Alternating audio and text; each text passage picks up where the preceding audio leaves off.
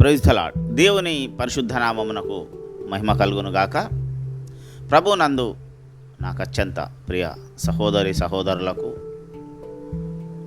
నా హృదయపూర్వక నమస్కారాలు. కొన్ని పరిచర్య కారణాల వల్ల, కొన్ని సాంగ్స్ బిజీ వల్ల మనం రెగ్యులర్గా పెడుతున్నటువంటి ఈ ఆధ్యాత్మిక వాక్య ధ్యాన కార్యక్రమము చేయలేకపోయాము. దానికి చింతిస్తున్నాము. ఈ రోజు నుంచి అనగా రేపటి నుండి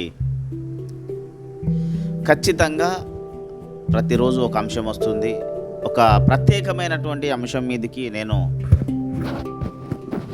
క్రీస్తునందున్నటువంటి మన సహోదరి సహోదరులందరినీ తీసుకువెళ్ళాలని ఆశ కలుగుతున్నాను. దాంట్లో కొంత సుదీర్ఘమైన అంశమును నేను నేర్పాలనుకున్నాను. ఇదొక బైబిల్ ధ్యాన తరగతిగా పనిచేస్తుంది.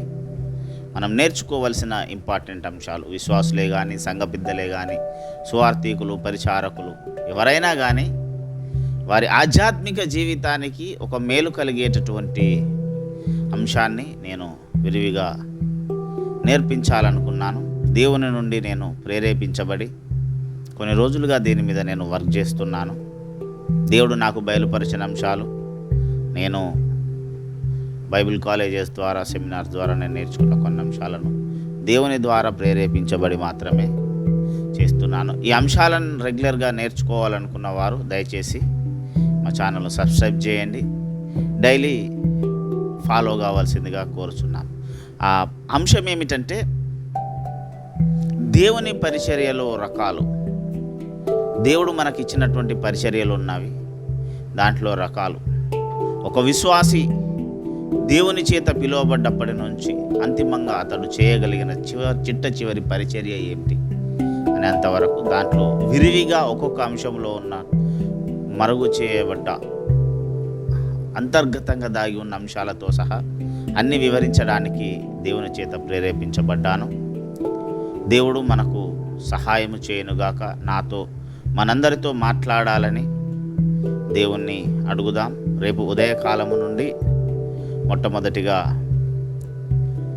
ప్రతి అంశం వస్తుంది. దీంట్లో ఆ అంశాలు కూడా నేను ఇప్పుడు వెల్లడిస్తాను. దాని తర్వాత సమయానుకూలతను బట్టి ఒక అంశము 30 నిమిషాలకు మించకుండా దాన్ని వివరించే ప్రయత్నం చేస్తాను. దాంట్లో మొట్టమొదటిది పిలువబడిన వారు, రెండవది శిష్యులు, ఇది చాలా ఇంపార్టెంట్. తర్వాత పరిచారకులు, సంఘ పెద్దలు, సేవకులు అంటే సంఘ కాపరులు, అపోస్తలులు, ప్రవక్తలు. వీటన్నింటిపైన నేను సంక్షిప్తమైన సమాచారము ఇవ్వాలని ప్రభువు నుంచి ప్రేరేపించబడి ఉన్నాను. కనుక ప్రభునందు నా ప్రియ సహోదరులారా, దయచేసి వీటిని గమనించి మీ ఆధ్యాత్మిక మేలుల కొరకు మీరు దీన్ని తెలుసుకోవలసినదిగా కోరుచున్నాము. దేవుడు మనందరికీ సహాయము చేయనుగాక. ఆమేన్.